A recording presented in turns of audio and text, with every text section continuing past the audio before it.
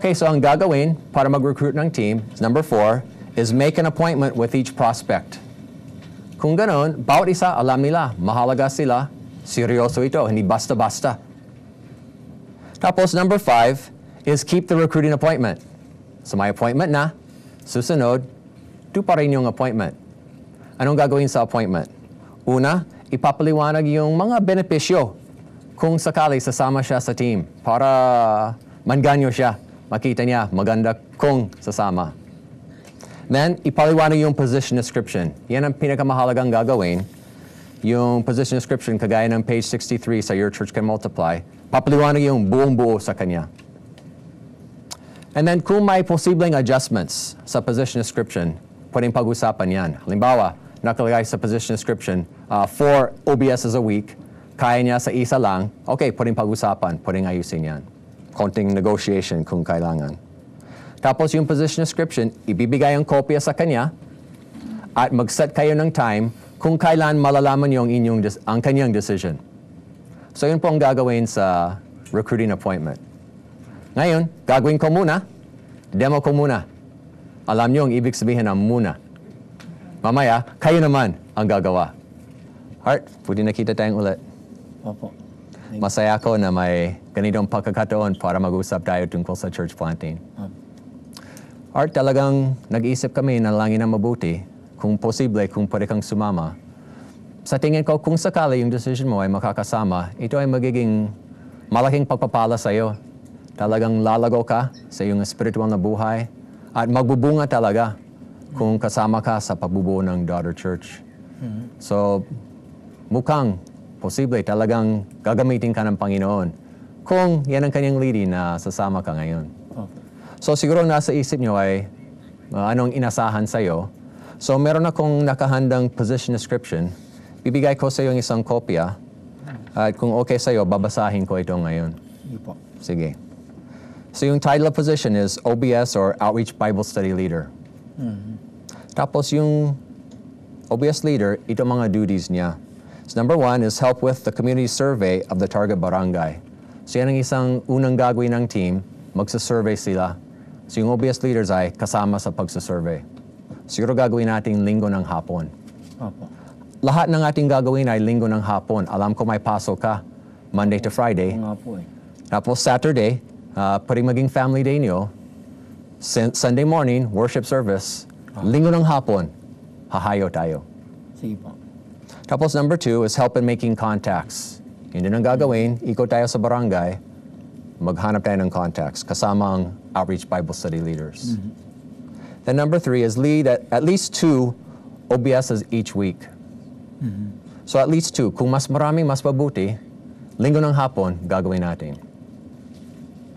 Then number 4 is study and prepare well for every OBS. So bago manguna, maghanda muna na mabuti.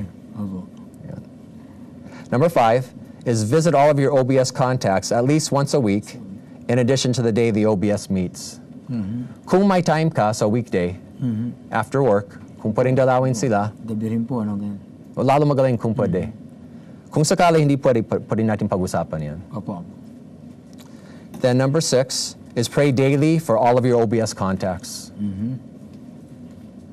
Number 7 is participate in the monthly meeting of the church planting team for reporting, joint prayer, and to receive additional training. So karaniwan ginagawa natin, once a month yan, bago pumunta sa OBSs, linggo ng hapon din, mga 1 hour din. And then number 8 is once the worship service begins sa new church natin, pag nandyan na sila, yung mga baguhan na, once the worship service begins, attend and help in leading the worship service for the first few weeks. This may involve being absent temporarily from our mother church. So doon, kung pwede ka makatulong muna, hanggang ita-train natin yung taga doon, sila ay magta-take over. Pero alam ko may karanasan ka sa ganoon, so malaking tulong ka kung pwede ka makatulong sa ganoon. Then number 9 is train an apprentice OBS leader. Alam ko marunong ka manguna sa OBS. So ang gagawin, habang mangunguna, magkakaroon ng apprentice sa church natin, hindi pa marunong, tuturuan mo siya na maging OBS leader din para i-multiply ang sarili mo. Yun. So yun ang lahat ng mga duties, yan ang lahat ng trabaho na kailangan sa bawat OBS leader. Opo. So, Art, may tanong ka ba tungkol sa mga duties? Okay naman po, Pastor. Okay, sige, mabuti. Tuloy tayo sa qualifications. So Art, hindi basta-bastang piniling tao, nag-isip kami ng mabuti kung sino may qualifications na ito. So itong qualifications na kailangan. So number 1, has a good testimony. A good example to those in the target barangay. At alam namin, napakaganda ng halimbawa ng buhay mo, Art. Kaya pinili ka. Salamat po. Number 2, someone who is dependable. Hindi pwedeng mag-commit tapos hindi mangyayari, hindi gagawin. So alam namin talagang masahan ka. Kaya nasa iyo yung qualification na ito. Thank you po. Then number 3, has a burden from the Lord to help in this church planting project. Ayan, hindi pa ako sigurado kung meron kang burden. Pero ikaw nakakaalam dyan. Kung wala pang burden, excuse ka na. Pero kung magbibigay ang Panginoon ng burden sa iyo, yan ang kailangan para magpatuloy sa proyekto. Then number 4 is able to clearly understand the gospel to an unbeliever. Alam ko, kayang-kaya mo yan. Madali lang sa iyo. Then number 5 is able to lead an OBS. May karanasan ka dyan. And then number 6, submissive to leadership.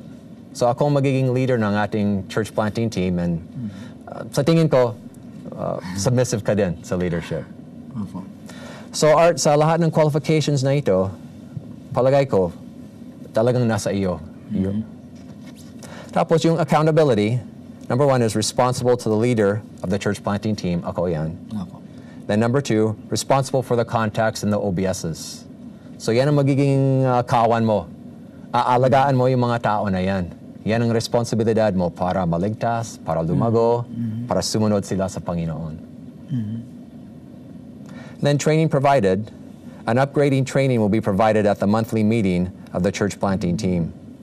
So alam ko, marunong na kayong manguna sa Outreach Bible Study. Magkakaroon tayo ng mga karagdagan training pa para maging lalo mahusay pa sa ating meeting once a month. Monthly po, Pastor, no? Once a month lang. Once a month. Mga 1 hour. Opo. Then compensation, transportation expenses will be provided. Sana. Sana. Kailan po, Pastor, kahit wala. May work Kahit naman. wala, May lalo work maganda. naman ako. Lalo maganda. So sana, kung meron tayong budget, yan ang gagamitin. Mabuti at kung sakaling wala, buti at willing ka pa. Yun. Salamat, Art. Ako din, kahit wala, gagawin ko pa. Then length of commitment. So hindi ito sa habang buhay. Ito ay for until buo yung daughter church, probably less than a year from now. Okay. So kung pwede mag-commit for that time, a little less than a year, maaari. After that, malaya ka na para bumalik sa ating mother church at ang ibang gawain. So yun ang lahat ng duties, lahat ng qualifications, lahat ng kailangan malaman para maging posibleng Outreach Bible Study leader. So iiwanan ko yan sa'yo. Opo. So Art, kung pwede mong pag-aralan pa na mabuti, Opo. isipin na mabuti, manalangin, Opo. tapos kung pwede kong malaman ang iyong decision, lalo maganda. Sige po, kayaan niyo po. Pag-pray ko mabuti. Sige, sige. So hindi kaya nga sumagot ngayon, Opo. isipin muna. So Friday ngayon, okay ba? Monday ng gabi, tatawagan kita? Sige po. Okay, sige. Lalo maganda. Okay? Maraming salamat, Art. Thank you po. So mag-uusap tayo ulit. Opo. Very good. Okay, ganun po yung recruiting appointment. Ano po ang inyong reactions sa ganitong recruiting appointment? Diyan sa inyong small group, kung pwedeng pag-usapan, for 1 minute na lang, anong reactions niyo sa recruiting appointment? Sige po. Please pause the video for 1 minute. Ito po ang gagawin ngayon. Salamat po sa inyong reactions. Ang gagawin po natin ngayon, dyan sa inyong grupo, 2 team leaders and 2 coaches, gagawin na ninyo ito. So yung mas batang team leader, siya ang magre-recruit sa mas matanda ng team leader. At coaches ang mag-observe. Okay? So gawin niyo yung coaching appointment. Yung recruiting appointment. After that, coaches mag-share yung reactions nyo. Okay, meron kayong 7 minutes para mag-recruit. Sige po. Please pause the video for 7 minutes. Okay, salamat po sa inyong recruiting. Magaling kayong mag-recruit. So ngayon, yung mga coaches, mag-share kayo ng inyong observations sa inyong nakita sa recruiting appointment. Okay, so 2 minutes para mag-share ng observations nyo. Please pause the video for 2 minutes.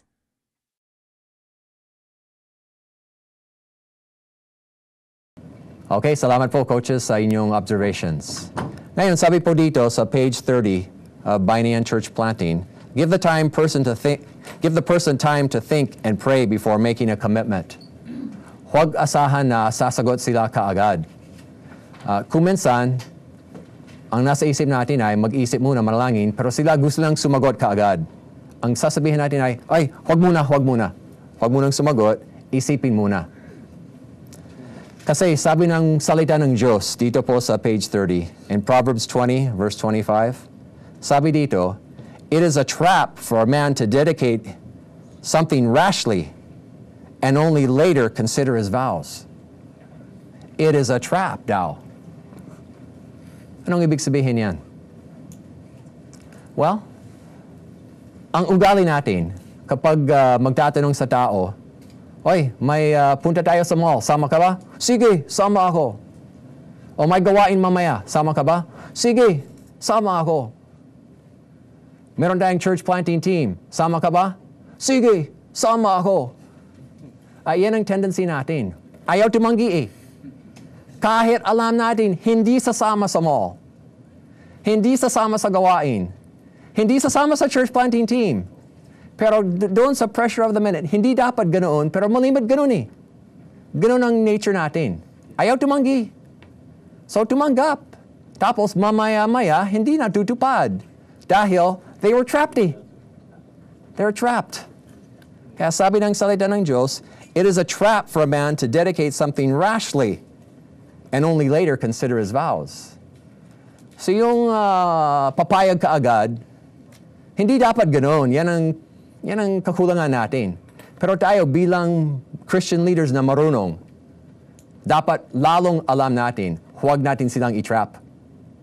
Naasahan, sagot agad at sasabihin, oh sige, sama ako. Di mangyayari. So huwag natin silang i-trap. Bigyan sila ng chance. Mag-isip muna, manalangin muna, saka sumagot. When they consider their decision muna na mabuti, mas matibay yung decision. Mas magiging matapat sila at mas solid yung team at mas magpa-plant ng church. Yun. So ganoon po ang mahalagang hakbang sa recruiting. So step number 5 is keep the recruiting appointment. After that, step number 6, after the recruiting appointment, is follow up to determine the prospect's decision. So after a few days, aalamin anong decision niya. So i-demo ko muna kung anong gagawin, pagkatapos kayong gagawa.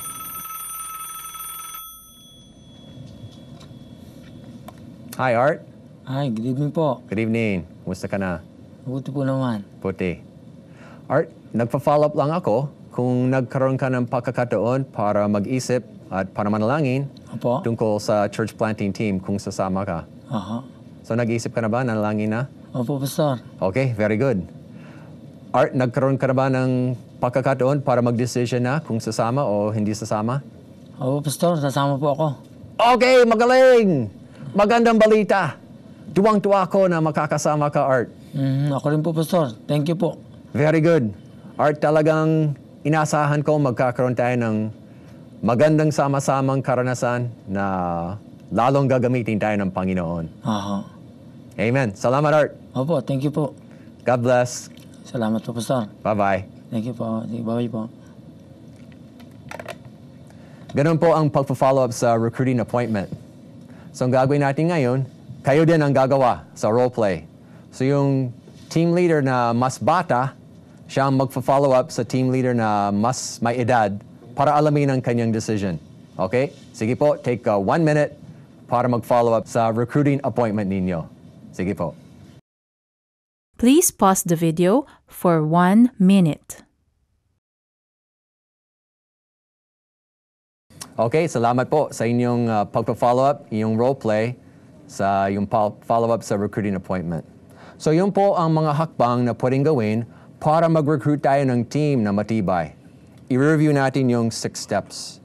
Number 1 is list all the positions that are needed to begin the church planting team. Kapag nakalista na, number 2 is write a position description for each position. So anong positions? Tapusin yung position description. Then number 3 is list possible team members. Sino mga posibleng tao talaga, tunay na tao na pwedeng gawin yung position description na yan. Then number 4 is make an appointment with each prospect. Bawat isa. Kasi malaki ang ating hinihiling sa kanya. A year of their life. Their free time on Sunday. Malaking bagay. So yung one-on-one appointment ay dapat lang para makita nila mahalaga sila sa atin. Pag ganoon yung one-on-one appointment, magiging mas matibay ang kanilang decision. So number 4, make an appointment. Then number 5, keep the recruiting appointment. Mag-upo kayong dalawa sa bahay o kung saan, sa Jollibee o kung saan kayo makikita sa church. And then number 6, follow up to determine the prospect's decision. Yun po ang hakbang para mag-recruit ng team. Nasubukan ko yung sa recruiting team ay nakita ko yung malalim na commitment nila at isa pa na naintindihan nila, naunawaan nila yung kanilang obligasyon kung ano ang dapat nilang maitulong para sa team. Okay, tuloy po tayo sa page 31. Dito po nakalagay, benefits of position descriptions. Mag-brainstorming tayo. Sa inyong katabi, pwede mag-brainstorm. What are the benefits of having position descriptions? Sa palagay nyo, kung ganito ang gagawin talaga, ano-ano mga pakinabang kaysa sa walang ganyan? Pwede ba mag-brainstorming sa iyong katabi for 3 minutes? Sige po. Please pause the video for reporting.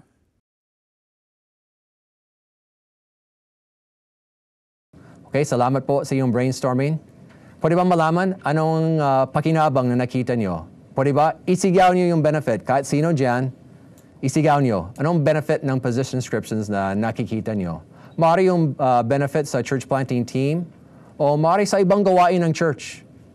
Pwede natin gamitin itong position descriptions hindi lang sa church planting, kundi sa lahat na ginagawa sa church. Lalo maganda, i-recruit yung tao na maayos for every position in the church. Okay? Pwede ba isigaw? Anong benefits na nakikita nyo?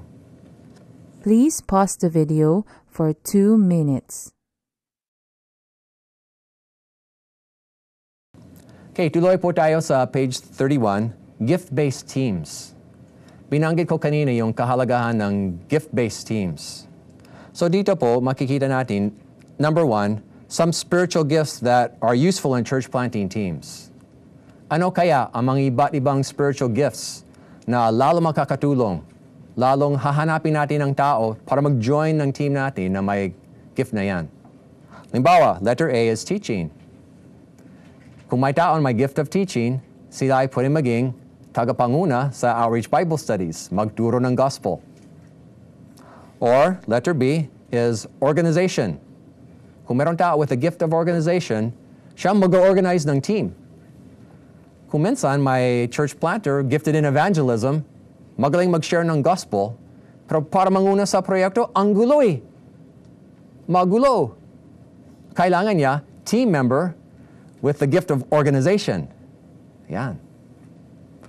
Or gift of prayer, gift of intercession. Kung naniniwala kayo na may gift na ganyan, gift of intercession, kung meron tayong kasama na manalangin para sa atin, malaking bagay.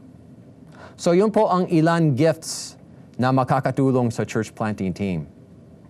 Ano-ano pa kaya ang mga iba pang spiritual gifts na makakatulong sa church planting team?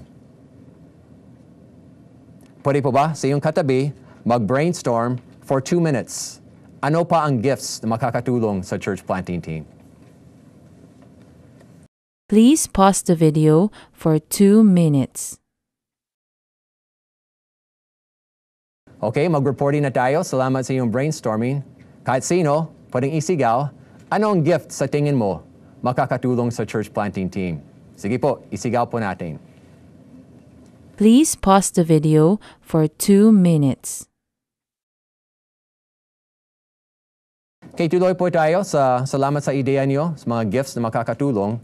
Tuloy po tayo sa number 2, spiritual gifts on your team.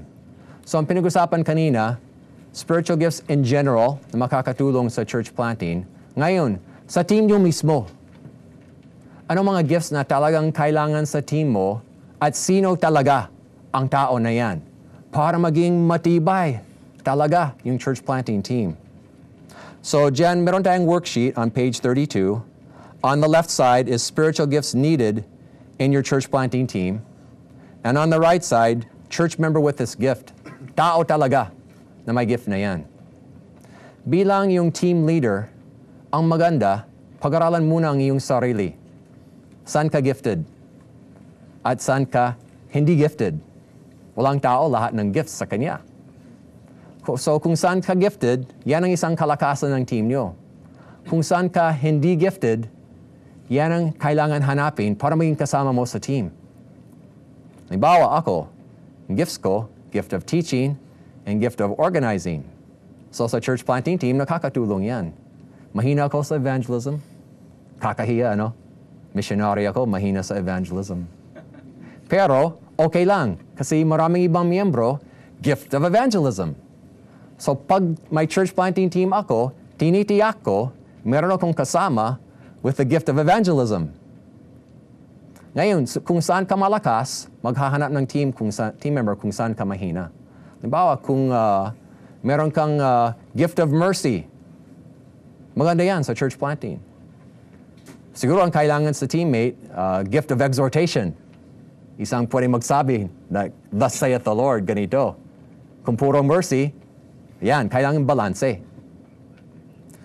Ang lalong gusto ko sa next church planting team ko, someone with the gift of healing. Kakatulong, ano? Makakatulong sa church planting. So sa team ninyo, on the left-hand column, left side, what are the spiritual gifts you need on your team? Hindi pareho eh, depende sa'yo. Tapos, sino yan sa church nyo? Okay? Pwede ba pag-usapan nyo, team leader and coach, use the worksheet on page 32. Pag-usapan po natin ito for the next 3 minutes na lang. Kung hindi matatapos ngayon, tatapusin sa next coaching appointment nyo. Sige po. Please pause the video for 3 minutes.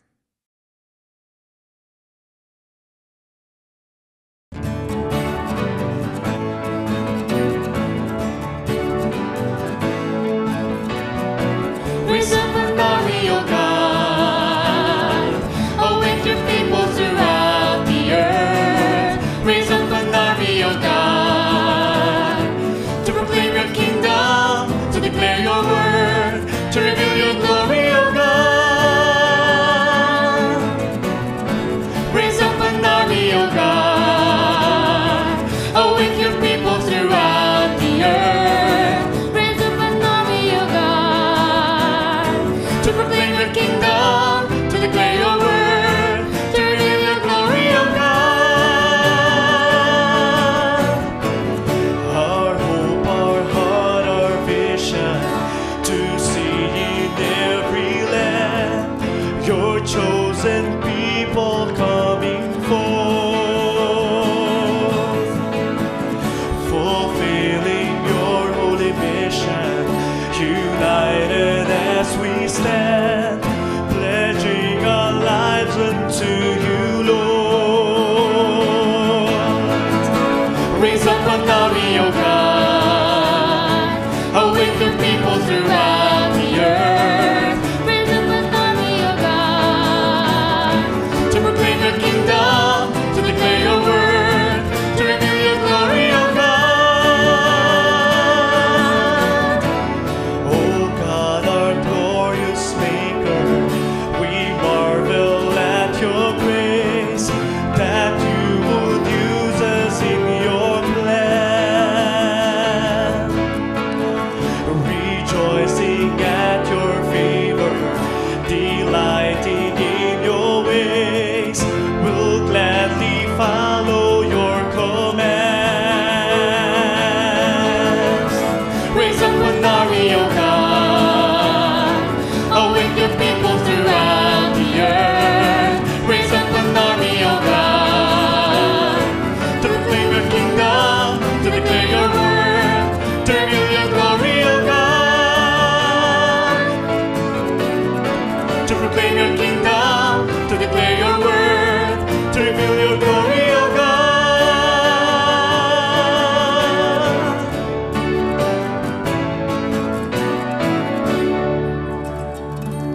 Okay? Naway, yan ang mangyayari. May the Lord raise up an army in your church to plant a strong daughter church. Ngayon, para magkaroon tayo ng army na ganyan, ipapanalangin natin. So, pwede po ba, dyan sa inyong grupo, yung small group kanina, pwede mag-sharing muna sa isa't isa, ano ang mga prayer items related to recruiting the team. Tapos, sabay-sabay, mananalangin tayo na tutulungan tayo ng Panginoon para magkaroon ng team na malakas at matibay talaga. Please pause the video for prayer.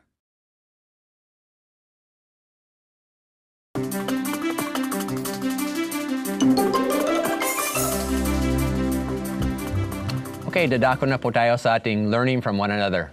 So buksan po natin sa Bayanihan Church Planting sa page 34, learning from one another. Ito po ang isang gagawin natin every network meeting, kung anong ginawa within the last month. After that, darating tayo, pag-usapan natin, mag-sharing, anong natututunan, anong problema, paano tayo makakatulong sa isa't isa. So para gawin ito, for questions number 1 to 3, here on page 34, magbuo kayo ng grupo ng 2 or 3 churches at doon pag-usapan nyo anong talagang ginawa within the last month para mag-impart ng vision. Ngayon, ang pag-usapan natin kung anong ginawa sa loob ng church nyo. Huwag muna natin pag-usapan anong ginawa for making contacts or outreach Bible studies. Kung meron kayong ginawa ng ganoon, okay din, hindi pinipigil. Sige na lang. Pero ang pag-usapan ngayon ay anong ginawa within your church para mag-impart ng vision. Yung action plan na ginawa natin last month. Okay? So yun po ang unang sharing natin, anong ginawa nyo para mag-impart ng vision. So mag-sharing tayo, group of 2 or 3 churches, for 2 minutes na lang. Sige po. Please pause the video for 2 minutes. Okay, salamat po sa sharing. Tuloy tayo sa number 2. Sa inyong ginawa, ano ang talagang naging effective? Para matuto sa isa't isa. What was effective in your imparting vision? Sige po, mag-sharing in the group of 2 to 3 churches. Please pause the video for 2 minutes.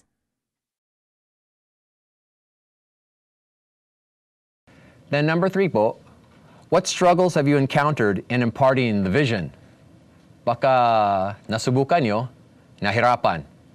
Kung may struggles, pwede ba mag-sharing kayo anong naging struggles nyo? At kung meron kayong mukahi sa isang church na may struggle, pwede magbigay ng mukahi sa isa't isa. Okay? Sige po, for 3 minutes, what struggles have you encountered? Please pause the video for 3 minutes.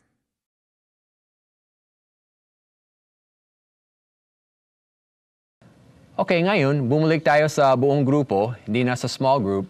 From the whole group, hihilingin ko ang mga volunteers na pwede mag-share sa mga susunod na discussion items. So number 4, what are some of the most important lessons you have learned about imparting vision? What are some of the most important lessons? Kahit sino, pwede ba? Mag-share kayo para matuto tayo sa isa't isa. Please pause the video for 3 minutes. And number 5, huwag tayong mahiya. Number 5, what mistakes have you made that you've learned from during this past month? And what have you learned from these mistakes? Tayong lahat ay nagkakamali. Matututo tayo sa ating mga kamalian. Ako, marami akong natututunan. Dahil marami akong kamalian. Sa bawat kamalian, may natututunan. So, lalo maganda dito sa network, kung nagkamali ka, natuto ka, mag-share sa iba. Para huwag nilang ulitin ang mali mo, para matuto sila. Okay, so within this last month sa Church Planting Project, anong mali at anong natututunan? Huwag tayong mahiya, kahit sino pwede mag-sharing ngayon. Please pause the video for 2 minutes. Okay, tapos number 6, hihilingin ko bawat isang team leader ay magre-report ngayon. Reports at number 6, on a scale from 1 to 10, how well has the vision for church planting been imparted in your church? From 1 to 10. So kung napakahina, ang score nyo ay 1. Kung napakalakas, ang score nyo ay 10. So dito sa monitor, makikita nyo ang sample reporting board. So dyan sa monitor, makikita nyo on the left side, yung pangalan, Glenn Cruz, Jerry Barbecho, at iba pa. So halimbawa, si Glenn Cruz, sa kanilang church, their imparting of the vision is rated 7. So malakas ang kanilang pag-impart. Si Jerry Barbecho, 3 lang. Mahina ang kanilang pag-impart ng vision. Si Rene Chonko, 1 lang. Wala pang nagawa. Si Mike Gallio, 10 na. Talagang nandyan yung vision. Okay, so dito po sa either in your network, either on the whiteboard or on the chalkboard or on a piece of manila paper, dapat yung network facilitator, inihanda na ito, nandyan na. Kung hindi pa handa, bilisan nyo, ihanda nyo ngayon. Tapos, nandyan on the left side, pangalan ng bawat team leader. Bawat team leader ngayon ay magre-report, question number 6, on a scale from 1 to 10, how well has the vision for church planting been imparted in your church? Okay? Bawat isang team leader, magre-report ngayon. Please pause the video for reporting. Okay, tuloy po tayo sa ating summary. Dito po sa page 34 pa rin. From all the inputs from your network mates, what are some of the new ideas you have gained about how to impart vision that you'd like to try? So marami tayong narinig. Sa lahat ng narinig nyo, anong gusto nyong subukan? Pwede ba, kahit sino sa inyo, pwedeng i-share anong bagong ideya na makakatulong sa inyo? Please pause the video for 3 minutes.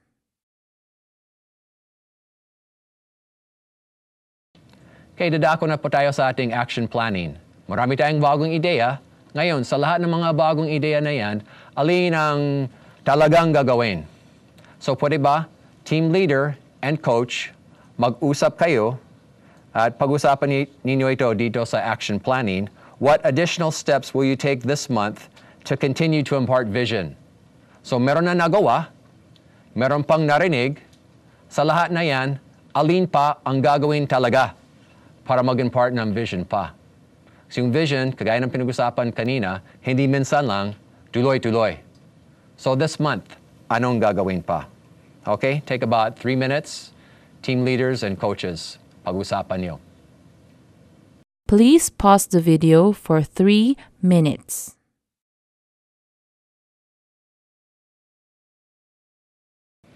Ngayon, para magkaroon ng vision, ang pinakamahalaga ay manalangin. So pwede ba tayong lahat tumayo at sabay-sabay tayo ay mananalangin na patuloy kikilos ang Panginoon sa loob ng ating church muna. Doon mismo muna nakikilos siya para magkaroon ng vision for church planting. Pag malakas yung vision sa church, malaking chance mangyayari magkakaroon ng daughter church. Kung walang vision, halos imposibleng mangyayari. So kailangan patuloy mag-impart tayo ng vision, ipapanalangin na yan ang gagawin ng Panginoon. Pwede po ba? Tumayo tayong lahat. Sige po, tayong lahat. At sabay-sabay, tayo po ay mananalangin. Please pause the video for prayer.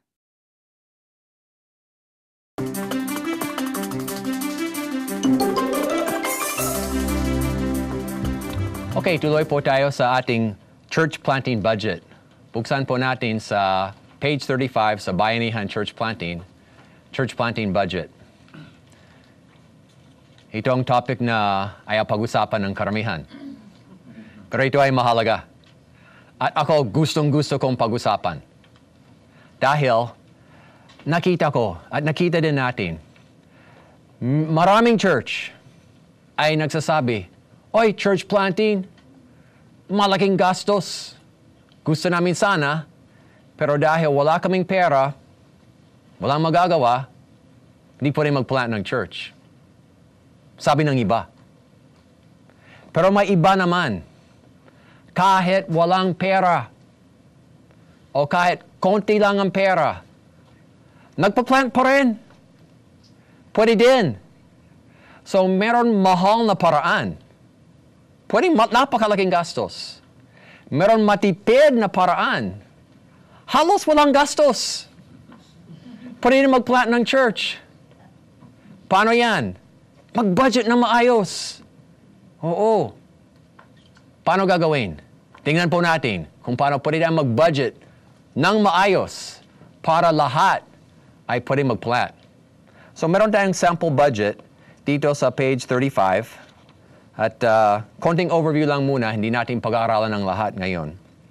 Across the top, makikita natin meron 3 columns. Budget A, ito po ay monthly expenses until the fellowship is formed. So ngayon, tayo ay nasa stage na step 2, mobilize the team. So tuloy-tuloy yan hanggang making contacts, outreach Bible studies, hanggang bubuin yung fellowship. Maganda mag-isip tayo magkano ang pera na kailangan hanggang sa panahon na yan. Yung pong ating budget A for the next several months. Ngayon, for the next several months. Tapos yung budget B is one-time expenses mainly to equip the worship center. So kapag bubuuin lahat ng mga outreach Bible studies, magkakaroon ng worship service na, tuloy-tuloy, meron din equipment na kailangan. Upuan, gitara, at iba pang ganyan. So yan ang mga one-time expenses, not monthly, or not weekly, not regularly. So yung one-time expenses ay budget B.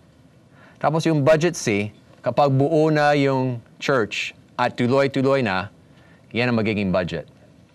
So ang pag-aaralan natin ngayon, mag-focus lang tayo sa budget A. Yung pera na kailangan ngayon hanggang my worship service na tuloy-tuloy. So tingnan po natin dito sa page 35, yung mga items, tapos yung budget, yung expense actual sa sample budget na ito. So yung first item is pamasahe to the monthly network meeting, team leader and coach. So nandito na kayo, saan makukuha yung pamasahe? Posible sa inyo, kung hindi, from the budget. So halimbawa, 50 pesos para makarating buwan-buwan. Yung next item is pamasahe for the field work. Approximately 120 pesos per month. Ngayon, kung napakalayo, napakalaking gastos. Pero kung kabilang barangay, maaari pwedeng lakarin. So yung mas malapit, mas matipid. Kala ng iba, kung mas malayo, mas espiritual. Kaya ang church planting ay doon sa napakalayo. Sa Mindanao, Visayas, Batanes. Mga napakalayo kasi mas espiritual. Actually, mas magastos lang. Dumaan sa maraming target barangay, posibleng target barangay, walang church. Pwedeng malapit lang. So yung pamasahe, pwedeng maging matipid, pwedeng maging napakalaking gastos. Next item is pamasahe for coaching appointments. Para magkita once a month, team leader and coach. And then meriendas. Wow, malaking budget. 120 pesos. No kaya ang merienda nila. So, kung gusto yung mas matipid, Skyflake na lang. Oh, imbis na cherry coke, baon na tubig na lang. Yan ang laging ginagawa ko. May baon na tubig. Matipid. So, may merienda na mahal, may merienda na mura. Alam nyo, nakita ko sa ibang church, kapag gumawa sila ng church planting budget, ang laki ng pera na ipinasok for merienda. Ang laki. Hanggang sinabi niya, ay, di pwede mag-plant ng church kasi kulang ang pera eh. Wala kaming pera para sa budget na yan. Dahil sa laki ng merienda budget. Nako! Dahil sa ganon, hindi nag-church plant. Yan ang mahal na paraan. Meron din matipid na paraan. Kung gusto natin mag-plant, meron paraan. Yan ang budget na matipid. Okay, tapos ang sermon ko. Budget na lang. Your next item is materials for New Testaments, tracts, baptism certificates, office supplies. Mga 80 pesos a month. And then your prayer letter. Para ipadala sa mga intercessors at iba pa. Mga 100 pesos a month. So kung ganoon, lahat ng gastos, makikita natin sa baba, 500 pesos per month. Maraming church, nagplant ng daughter church with 500 or less per month. Budget. Pwede mangyari. Ibang church, 5,000, 10,000. Okay. Kung meron kayong 10,000, sige, mag-budget ng 10,000. Kung wala kayong 10,000, wala kayong 5,000, wala kayong 500. Gawin budget 300.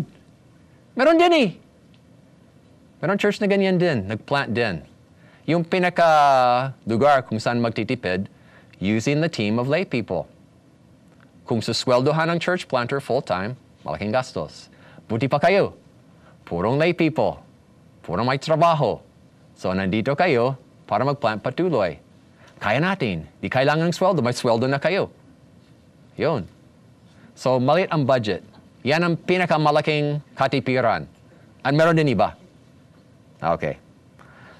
So yun ang magiging budget. Sikapin natin, maximum 500 pesos per month. Kung less, better pa. Ngayon, halimbawa, kung 500 ang budget nyo, dito sa sample, saan makukuha yung pera? O dito sa sample, yung mother church, magbibigay ng 300 a month. Tapos, yung national office, from Jesus Reigns o kung ano ang denomination nyo, magbibigay ng 100 a month for your church planting project. And then, kulang pa. Budget ay 500. Pera na maasahan, 400. Anong gagawin? The team members magbibigay. Sama-sama, 100. Buo na yung budget, 500 pesos. Ayun. So yun po ang sample. At ito po ang assignment natin for this month. Bawat team leader, gagawa ng budget. So pwedeng gamitin itong worksheet on page 36 sa Bayanihan Church Planting. Ilista yung items, tapos magkano on budget A. Tapos the source of funds. From the mother church, new daughter church, hindi pa, kasi wala pang offering. Darating pa yan in budget C. Or other possible sources. So, bawat team leader, this month, gagawa kayo ng budget. Tapos, ipapakita sa inyong coach at your next coaching appointment, pag-usapan nyo. And then at our next network meeting, next month, dadahin ninyo ang inyong budget at i-share sa buong network.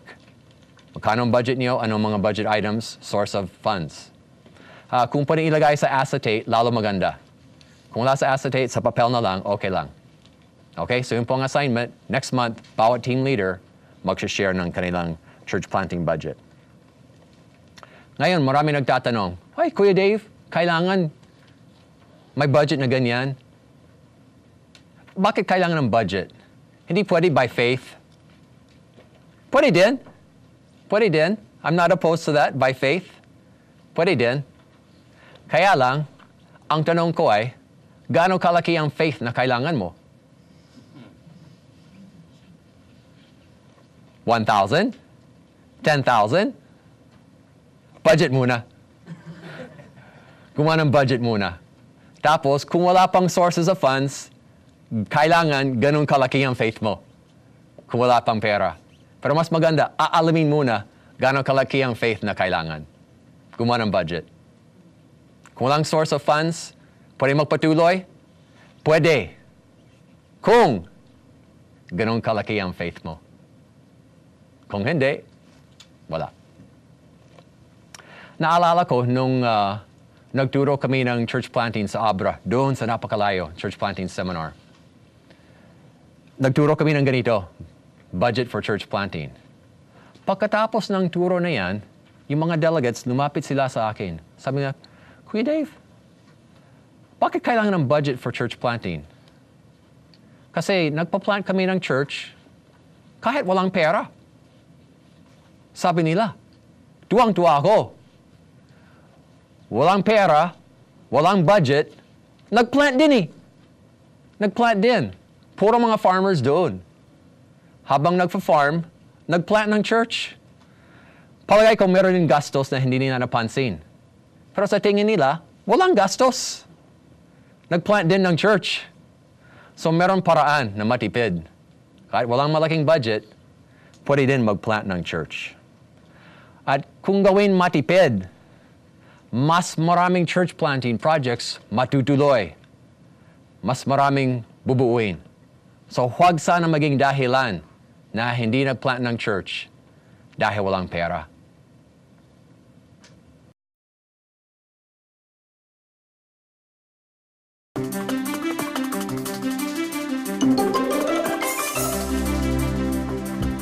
Okay, tuloy po tayo sa ating next topic, how to recruit and communicate with your intercessors.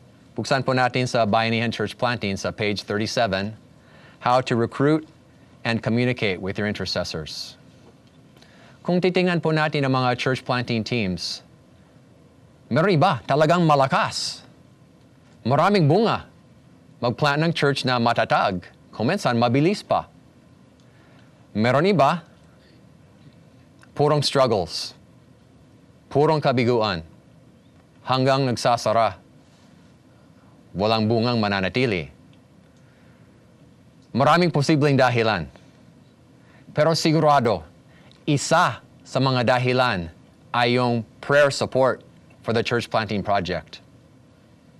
Yung churches na malakas ang church planting team, ay isang napakalaking tulong ay kung maraming mananalangin para sa kanila. So ngayon, sa panahon ng ating step 2, mobilize the team, isang gagawin ay magre-recruit tayo ng mga intercessors, mga mananalangin para sa ating talaga. Yan ang makakatulong ng malaking-malaki. Para gawin, sabi po dito sa page 37 sa ating notes, first point is recruit individuals. So alam natin ang kahalagahan ng prayer. Pero hindi pwedeng asahan na kusang mangyayari.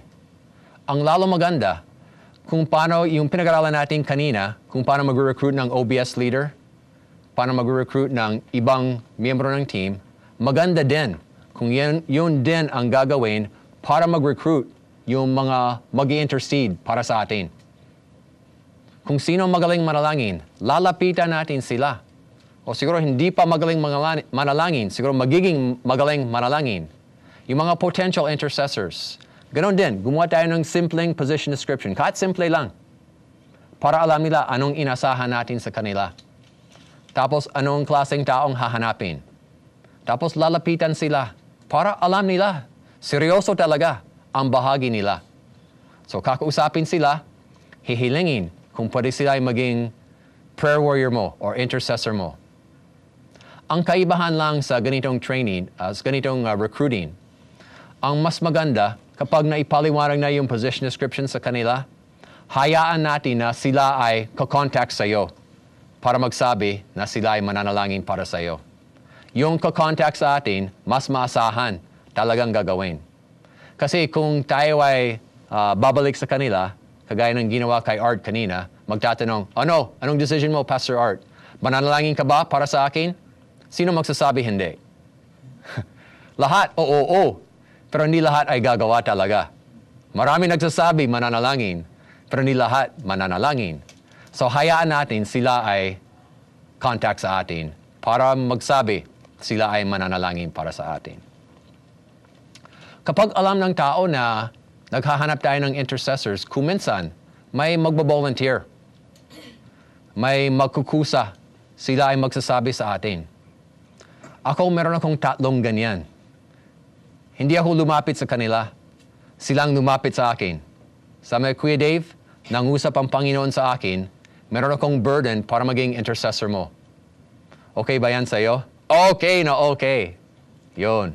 So yung 3 tao na yan, hanggang ngayon, for many years now, sila ay very faithfully nananalangin para sa akin, pati pamilya ko, araw-araw. So kung may makukusa, lalapit sa inyo, lalo maganda. Tapos, ang isa pang pwedeng gawin para magkaroon ng intercessors is challenge groups. Kapag meron kayong pagkakataon para mag-share o mag-speak sa isang grupo in the worship service, or men's fellowship, women's fellowship, or cell group, pwede mag-share sa kanila yung pangangailangan nyo ng intercessors. Tapos, pwede mag-iwan ng sign-up sheet. Kung sino magsa-sign up, na mananalangin para sa iyo. So, imbis na one-on-one, pwedeng with a group. At pag may pagkakataon, yan ang malimit na ginagawa ko. Sa ngayon, sa aming pag-recruit ng intercessors, nung ginawa yung book na Your Church Can Multiply, at that time, 20 lang. Ngayon, meron kaming 110 na nangako, ipapanalangin nila kami at least once a week. 110 na tao, ginagawa. Meron din 80 na nangako sila, ipapanalangin nila ako, pati pamilya ko, every day. 80. Napakalaking tulong. Talagang nagbibigay ng malaking galak at tiwala at pag-asa na maraming mangyayari. At nung nag-recruit ako ng maraming intercessors, talagang yung ministry ko, it rose to a new level. At palagay ko, ito ang dahilan. So maganda, mag-recruit ng individuals or magsalita sa grupo para hilingin ang intercessors. Kapag may intercessors, ang mahalaga ay regular communication sa kanila. Kailangan malaman nila anong ipapanalangin. At kapag sila ay mananalangin, kailangan malaman nila paano sumagot ang Panginoon sa kanilang dalangin. Yan ang nagbibigay ng encouragement. At parang yan ang pagkain nila sa kanilang panalangin. So kailangan may paraan tayo para ipaalam sa kanila yung mga prayer items natin.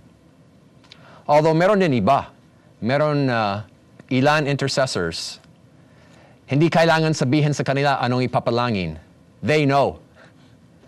Ang Espiritu Santo ang magsasabi sa kanila. They know what to pray.